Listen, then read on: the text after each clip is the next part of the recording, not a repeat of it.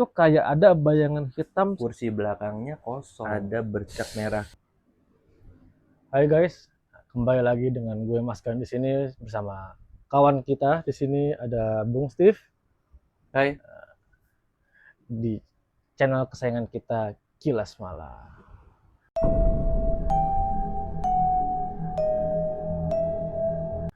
Buat teman-teman yang belum subscribe channel kita, sok atau mangga di subscribe channelnya. Kalau sudah kalian like, lalu kalian komen, dan silahkan share ke saudara-saudara kalian, ke teman kalian di sana, biar cerita kita ini bisa dapat dinikmati oleh mereka semua. Lalu buat teman-teman yang mau kirim-kirim cerita ke kita punya media sosial, ada Instagram dan TikTok. Itu ada di kilasmalam.official. Lalu untuk lewat email bisa juga di kilasmalam.official@gmail.com. Nah, jadi kali ini ada cerita apa nih Mas Gan dari teman-teman kita nih? Oke. Jadi ini ada cerita dari salah satu subscriber kita. Dari Mas Bowo nih. Ceritanya. Thank you Mas Bowo. Halo Mas Gan dan Bung Steve. Ini Bung Steve nih. Udah dikenal nih Bung Steve nih. Kenalin, nama gue Bowo. Malam ini gue mau sharing salah satu pengalaman horor yang sampai sekarang masih bikin bulu kuduk gue merinding kalau gue inget. Nah, jadi kejadiannya ini sekitar tahun 2018 bro. 2018. Itu cukup lama ya Mas Cukup Gan? lama, berarti berapa tahun tuh? 7 tahun ya? 7 tahun kurang lebih. Iyalah ya, kalau gue nggak salah hitung ya. Malam itu lagi ada final Liga Champions. Saat itu Real Madrid melawan Liverpool. Oke. Nah, jadi gua nih sama teman-teman ada sekitar 15 orang ngumpul di rumah salah satu temen gue, sebut aja Doni. Kita mau nobar bareng katanya. Nah, sambil nunggu pertandingan mulai, kita tuh ada yang main dan ada yang ngobrol di ruang TV. Nah, salah satu temen gue, Andri, ketiduran di ruangan itu. Nah, tiba-tiba muncul ide iseng. Kita keluarin semua orang, kita matiin lampu, dan pintunya kita tutup. Nah, kebetulan pintu ruang TV itu dari kaca. Jadi kita tuh bisa ngintip lah si Andri ini yang lagi tidur pules. Gitu bro, kebayang lah ya. Seperti itu. Nah, di dekat ruangan itu ada musola kecil. Nah, dan di dalamnya ada mukena putih. Nah, gua tahu nih maksudnya mau ngapain ya anaknya. Ini berarti cukup gede nih ruangan ya, sampai 15 orang nonton final, ada musola juga di dalam. Bisa jadi ya mungkin ya. Nah, terus di dekat ruangan itu ada musola kecil, ya kan, ada mukena putih. Nah, gua ambil mukena itu dan gua pakai. Niatnya buat nakut-nakutin si Andri. Emang udah jelek nih niat lu nih. Ya kan? Nah, kita sepakat biar dia bangun, kita bakal telepon HP satu teman kita, Indra, yang mana kebetulan handphone tersebut ketinggalan di ruangan itu dan lagi dicas dekat Andri. Jadi gitu. Indra sama Andri. Iya, si Indra nih yang punya handphone. Gue pikir saudara mereka Mas Gan. Indra Andri ya. Iya, kayak Fauji-Faujan. Lanjut Mas Gan. Oke, nah terus jadi rencananya itu kita telepon handphone si Indra, bunyinya kan bikin Andri kebangun tuh. Lalu gue masuk pakai mukena putih dan buat ngagetin dia. Nah, yang bikin merinding adalah sebelum kita sempet pencet tombol call di aplikasi lain, nah, tiba-tiba handphone Indra yang lagi dicas di dalam ruangan itu nelfon balik ke handphone kita. Jadi si Bowo ini lagi nyari nomornya si Indra, ya kan? Udah ngeklik kontaknya, pas mau call tiba-tiba malah Indra nelfon duluan. Padahal belum diklik. Padahal belum diklik tuh. Udah call duluan. Nah, tiba-tiba telepon masuk. Kita semua langsung terdiam. Gue merhatiin layar HP itu dan sumpah bukan cuman tulisan incoming call doang yang kelihatan. Di pantulan pintu kacanya itu kayak ada bayangan hitam samar yang melintas. Cepet banget. Tapi gue yakin mata gue itu nggak salah. Kita semua langsung diem. Lu bayangin ya, kita semua ada di luar, HP si Indra jelas-jelas lagi di ruangan, sementara kita bisa lihat jelas sih dari kaca kalau Andri itu masih tidur pules, bahkan sampai ngiler. Lah tapi kok handphone si Indra bisa telepon sendiri? Gitu bro. Gue langsung panik. Buru-buru gue copot mau kena, masuk ke ruangan dan ngebangunin si Andri. Coy, lu barusan nelfon handphone gua ya? Dengan muka setengah sadar, Andri ngejawab, ah apaan sih? Gua aja ketiduran gini, mana sempat gua nelfon. Ini berarti dia mastiin nih Mas Gan. Si Indra apa Andri sih nih? Jadi Andri. apa dia yang nelpon? Apa bener-bener memang wah ini kok jadi ada yang nelpon tapi nggak ada yang mencet ya? Nah, kayaknya dia mastiin tuh. Mungkin point of view-nya gini kali ya, si Andri tuh mungkin posisinya ngadep ke kaca itu ya kan pastiin bahwa dia tidur tuh kan, tapi kok tiba-tiba handphone si Indra tuh nelfon sendiri gitu loh. Nah, kita semua saling pandang, wajah pun berubah pucat. Terus gue jelasin, bro, tadi handphone si Indra yang dicas di sini nelfon gue. Padahal kita semua di luar mau ngerjain lo. Lah kok bisa ada telepon masuk dari HP ini? Gue pikir lo yang telepon. Nah si Andri ini makin bingung. Sumpah gue tidur tadi. Emang lo gak lihat kalau gue lagi tidur? Suasana yang tadinya ramai ketawa-ketawa langsung berubah hening. Yang ada di kepala kita semua cuman satu pertanyaan. Kalau bukan Andri, terus siapa yang telepon? Ya pertanyaan besar sih. Iya. Jam dinding menunjukkan pukul 1 dini hari. Memang itu katanya waktu yang paling aktif buat mereka. Ya kan, jam 1 pagi coy.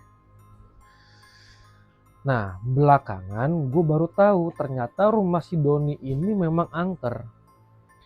Doni pernah beli kamera baru dan iseng-iseng nih foto-foto ruangan di rumahnya.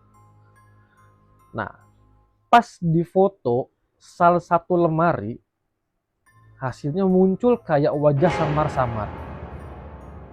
Nah, buat dia mastiin di foto ulang tuh, dipotong sama. Jadi bener-bener pas dia foto cekrek, terus ada bayangan itu, dia coba lagi foto lagi tuh, ternyata wajah itu udah hilang. Nah, ya kan. Nah, di ceritanya pun akhirnya keluarga Doni memanggil Ustadz buat bersihin rumah. Nah, kata si Ustadz, di rumah itu memang ada penunggunya. Sosoknya itu siluman berbentuk hewan dengan kepala manusia. Waduh. Hewan kepala manusia ya? Iya, siluman, namanya juga siluman bro. Mix dia biasanya kalau siluman.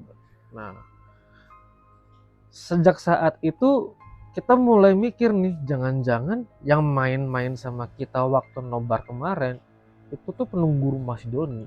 Jangan-jangan sosok yang sama nih Mas kan? Kayaknya sih mirip, bukan maksudnya inline lah dari ceritanya lah ya gitu kan.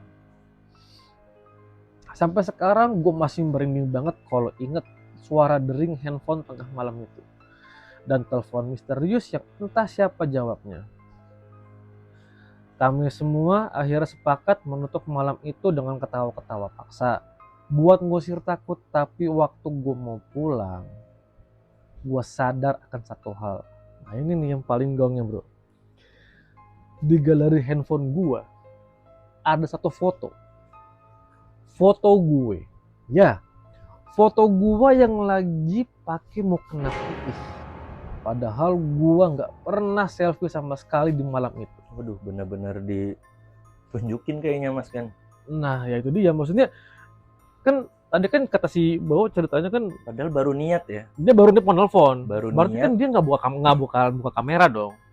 Gitu kan. Nah, ternyata atau pas dia liat galerinya, lah kok ada foto dia pakai mukena putih gitu lah. Itu kan siapa gitu loh yang Tapi pertanyaan terbesarnya ini Mas Gan, eh, ini buat Mas Andri nih, pertanyaan terbesar dari cerita ini dari awal nih, gue penasaran banget Mas Gan. kenapa tuh? Skornya berapa sih itu Liverpool? Maksudnya lu jelasin dulu, takutnya penggemar kita nih, penonton kita ada penggemar Liverpool. Nanya Atau tuh. juga penggemar Real Madrid. Iya, jangan sampai skornya salah. Lu jelasin dulu dah nanti. Lu boleh komen dah tuh. Oke. Nah, terus dibilang sekian cerita dari gue Bowo. Semoga bisa bikin kalian semua ikut merasakan ketegangan yang gue dan teman-teman gue alami pada malam itu. Oke, thank you Mas Bowo nih atas ceritanya. Tapi lu percaya nggak sih, maksud gue gini, setiap rumah atau setiap tempat itu pasti ada penunggunya? Gue sih percaya. Tinggal kitanya aja nih. Kitanya punya niat baik atau punya niat buruk, nah itu berpengaruh juga sih Mas, dan menurut gue ya. Kalau kita punya niat buruk, nah biasanya ada aja nih aneh-aneh yang terjadi karena kan niat kita udah kurang bagus kan. Kalau orang dulu bilang ya nyuwun sewu lah, kalau ini kan sama-sama berdampingan lah harusnya dengan baik gitu. Tapi sebetulnya plus minusnya di rumah tuh ada penunggunya ya, rumah kita katanya tuh aman sih. Iya. Aman dari Karena ada yang nungguin Mas. ya walaupun nggak kelihatan Jadi ya. lebih aman, nggak perlu Walaupun nggak gaji kelihatan. security kayaknya, ada penunggunya. Nah ini dari teman kita nih atau penonton kita namanya Mas Raka atau Bang Raka. Halo, Om Halo Raka. Bang Raka. Apa kabar? Jawab ya nanti. Iya. Jangan diam aja. Halo Mas Gan. Gue yang wakilin deh, baik kabarnya. Nih kata si Bang Raka, dia menyapa kita, halo Mas Gan dan Bang Steve. Kenalin, nama gua Raka. Gua mau coba sharing pengalaman horor yang sampai sekarang masih bikin gua merinding. Setiap kali gua ingat. Kejadiannya sekitar tahun 2019. Nah ini nggak jauh dari cerita Bowo nih ya. Nggak jauh dari cerita Mas Bowo.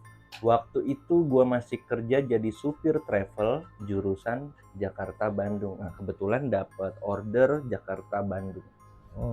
Jadi malam itu gue dapat jadwal berangkat jam 10 malam. Normalnya sih penumpang selalu penuh. Tapi entah kenapa malam itu sepi, cuman ada 4 orang. 3 orang penumpang turun lebih dulu di titik masing-masing. Dan tinggal 1 orang cewek yang duduk di kursi paling belakang. Jadi kita bayangin nih Mas Gan, biasanya rame, ini cuma 4 orang. Nah 3-nya turun duluan, sisa berdua dah. Dia sama cewek nih. 1. Tapi kalau travel gitu ya, penuh nggak penuh jalan? Biasanya sih jalan dia. Oh kan penuh nggak penuh ya? Iya, dia kan on time. Oh gitu. Oke. Dan ada yang bisa minta di tempatnya masing-masing penurunannya. Gitu. Nah ini sisa nih 1 cewek. Oke. Cewek itu aneh Bang. Dari awal naik dia nggak ngomong sepatah kata pun. Rambutnya panjang sampai nutupi sebagian wajah. Pakai masker hitam. Terus jaketnya dikancing rapet banget. Kayak kedinginan. Ini mah COVID kali ya. 2019 kan COVID ya? Bisa jadi. Oke. Gue lanjut nih, Mas Gan. Gue sempet tanya turunnya di mana Mbak? Tapi dia nggak jawab, cuma nunjuk lurus ke depan. Gue mikirnya, oh berarti turunnya di pool terakhir. Nah ini masih biasa kayaknya nih. Tapi ngebayangin juga sih dia cuman, nah begitu kayaknya kira-kira. Begitu doang ya? Iya. Tatapan kayaknya sih kosong. Perjalanan malam itu agak lenggang. Jalan tol sepi banget. Kadang cuman ada 2 atau 3 mobil lewat. Sisanya gelap. Gua coba ngajak ngobrol buat ngejaga suasana biar nggak kaku. Tapi tetap aja dia diem. Ya mungkin kayaknya lu kurang asik kali Bang Raka. Jadi penumpang nggak ada respon gitu. Maaf ya Bang Raka, kita kan nggak ada di situ jadi menebak-nebak aja. Jadi ditanya turunnya di mana, dia cuma nunjuk aja. Dia cuma gendong ya dia? Nah ya cuman gitu aja tuh Mas Gan. Nah sekitar jam 12 lewat akhirnya sampai nih di Pulau Bandung. Gua parkirin mobil, matiin mesin, dan otomatis nengok ke kaca spion.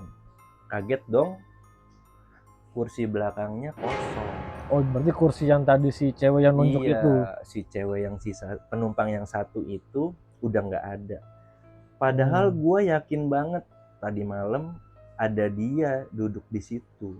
Tadi masih ada dia duduk di situ. Nah, oke. Badan gue langsung dingin, gue buru-buru keluar, cek bagasi, siapa tahu dia lagi ambil barang. Nah ini masih positif nih si Mas Raka. Apa dia nggak ada karena lagi udah ke bagasi duluan mau ngambil barang. Tapi kan kalau misalkan lu turun dari mobil buat ngecek barang kan pasti ada apa ya? Entah bunyi ceklek pintu kah atau mungkin mobilnya agak goyang, kan namanya orang turun lah gitu loh. Mungkin karena diawali agak janggalnya tadi itu Mas Gan. Jadi dia mungkin nggak kedengeran kali ceklek-cekleknya ini. Oke. Nah terus dia langsung ngecek bagasi, dia pikir nih si penumpang perempuan ini lagi di bagasi, dan ternyata tidak ada orang, tapi dia temuin tas kecil warna hitam. Gua angkat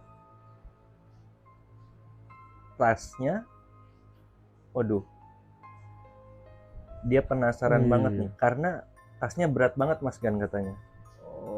Nggak bisa dibuka juga, diangkat susah, dibuka susah, tapi akhirnya dia berusaha. Nah akhirnya kebuka dah tuh resletingnya. Nah isinya bikin gua hampir muntah bang. Di dalam tas itu ada baju bayi, kondisinya basah, dingin, dan ada bercak merah tua kayak darah yang mengering. Bau amisnya nusuk banget ke hidung gua. Gua langsung kaget, cepet-cepet gua taruh lagi. Pas gua mau tutup bagasi, tiba-tiba dari dalam kabin mobil ada suara cewek. Pak, anak saya ketinggalan. Gila. Ini udah horor banget sih, udah mulai berasa ya. Iya sih. Pak, anak saya ketinggalan. Merinding sekujur tubuh gue. Tapi sorry, lu kebayang gak sih lu tau lu keluar pintu buat ngecek bagasi, terus lu nemu barang gitu kan, pas dibuka terus ada barang-barang kayak gitu, terus ada yang, Pak, anak saya ketinggalan. Aduh. Gue sih kabur sih. Gue sih pingsan, udah gak perlu apa-apa lagi, pingsan gue pasti. Berarti lu gak sempet kabur ya Mas? Enggak, ini namanya orang pingsan bos. Kalau gue kabur dulu kayaknya baru pingsan Mas Gan. Jadi kita pingsan di tempat yang aman gitu. Kita ketemu lagi sama tuh perempuan. Kita lanjut nih Mas Gan ceritanya. Oke. Nah setelah kedengeran, Pak, anak saya ketinggalan, merinding sekujur tubuh gua. Gua juga merinding nih. Suara itu jelas banget kedengeran, padahal gua yakin di dalam udah kosong. Gua nekat dah nengok ke kursi belakang, dan bener aja kursi itu kosong. Gua periksa, tapi bekas tempat duduknya basah, kayak ada air yang netes banyak banget. Gua inget jelas kursi itu kering waktu berangkat. Panik, gue tinggalin mobil gue di parkiran, lari ke ruang tunggu Pul. Nah pas gue ngos-ngosan, muka pucet. Nah di situ ada teman-teman tuh, teman-teman sesama driver langsung nanya, lo kenapa Rak? Tapi gue nggak bisa jawab, gue masih trauma kayaknya, masih shock. Beberapa menit kemudian gue balik lagi sama temen gue buat ngecek mobil. Tas hitam itu Mas Gan yang tadi di bagasi hilang, udah nggak ada. Gua sempet bongkar semua mobil, tetap nggak ketemu. Jadi dia mastiin nih. Iya betul. Itu barang masih ada, mau tunjukin ke teman-teman gitu kan. Beberapa menit kemudian gua, ini udah nih ngecek mobil. Setelah kejadian itu, gua cerita sama teman-teman sesama supir. Ternyata bukan cuma gua yang ngalamin. Ada yang pernah bilang kalau kadang suka ada penumpang tambahan. Waduh. Gua sih horor banget Mas Raka kalau jadi lu ya, gua driver ada penumpang tambahan. Tapi di antara cerita-cerita ini ya, Yang gue pikirin cuma satu, sempat-sempatnya dia kencing di mobil ya. Mungkin udah panik banget, Mas. Enggak, maksud gue bekasi cewek ini gitu. Oh, iya. Itu kencing atau bukan? Nggak mungkin lah ya kali ya. Nah, tapi ngerinya bau amis kan dia bilang kan. Oh berarti bahasanya bahasa darah kali ya. Ini Oke. udah horor sih nih. Nah, lalu dia merinding, yang bikin gua makin merinding, beberapa bulan sebelumnya katanya pernah ada kecelakaan di travel di tol, itu juga korbannya seorang ibu muda dan bayinya.